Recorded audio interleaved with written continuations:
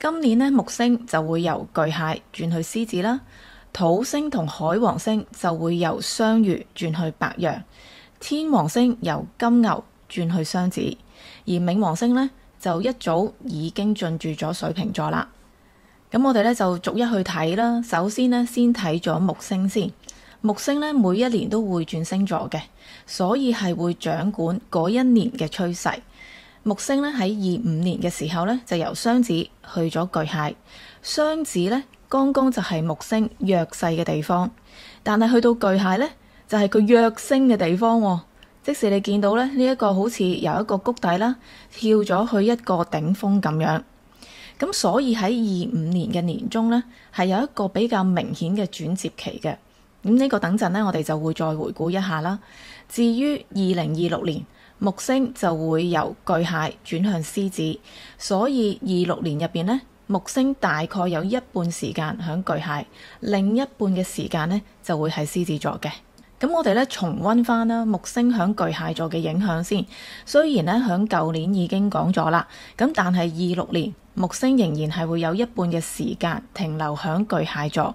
木星咧就代表咗幸運、機會、發展、財富、擴張。而木星響巨蟹座咧係一個躍升嘅狀態啊嘛 ，exaltation 嘅，代表咧佢會有一個充分甚至乎過度嘅發揮。例如佢會帶嚟好洶湧嘅情緒啦，可能咧就會過度嘅情緒化，甚至乎咧延伸成為一啲情緒嘅問題。咁喺社會上面咧，我哋都見到唔同嘅新聞，例如咧真係有隨街斬人啦，或者咧唔同年齡嘅人都會輕生啦，其實都係情緒問題有關。所以咧喺大眾層面上邊，我哋係好需要通過一啲藝術或者靈性嘅方式，係通過水象嘅方式去表達情緒，同時咧亦都可能好需要喺情緒方面咧有一個慰藉或者依附啊。所以咧依家我哋成日都有一句説話好流行嘅，就係情緒價值啦。咁大家喺呢一年啦，見到咧市面上最 hit 嘅嘢咧，就唔係以前嗰啲乜嘢嘅名牌啊，反而大家去追捧嘅嘢就係呢啲公仔啦。個個咧都去炒賣啊，追捧Labubu 啦、Jellycat 啦、Chihuahua啦咁樣。其實咧某程度上都反映咗大眾需要情緒上邊同埋心靈上邊嘅安慰。咁講真咧，佢哋就真係冇乜實際用途嘅。咁啲人拎出嚟啦，或者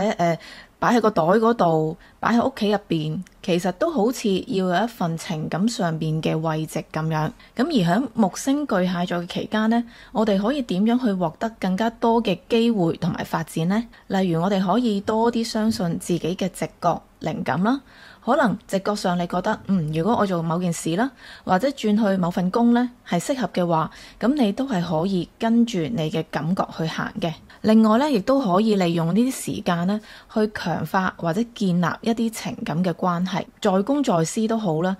例如呢，可以利用呢個機會去改善同屋企人、朋友嘅關係，加強情感嘅聯繫，又或者同你嘅合作夥伴啊、同事等等呢，多一啲有人情味嘅互動。因為木星巨蟹呢就好着重個情感啦、人情味呢啲東西嘅。咁而一啲同家庭有關、傳統啦、保守嘅風格呢，都係會比較受歡迎。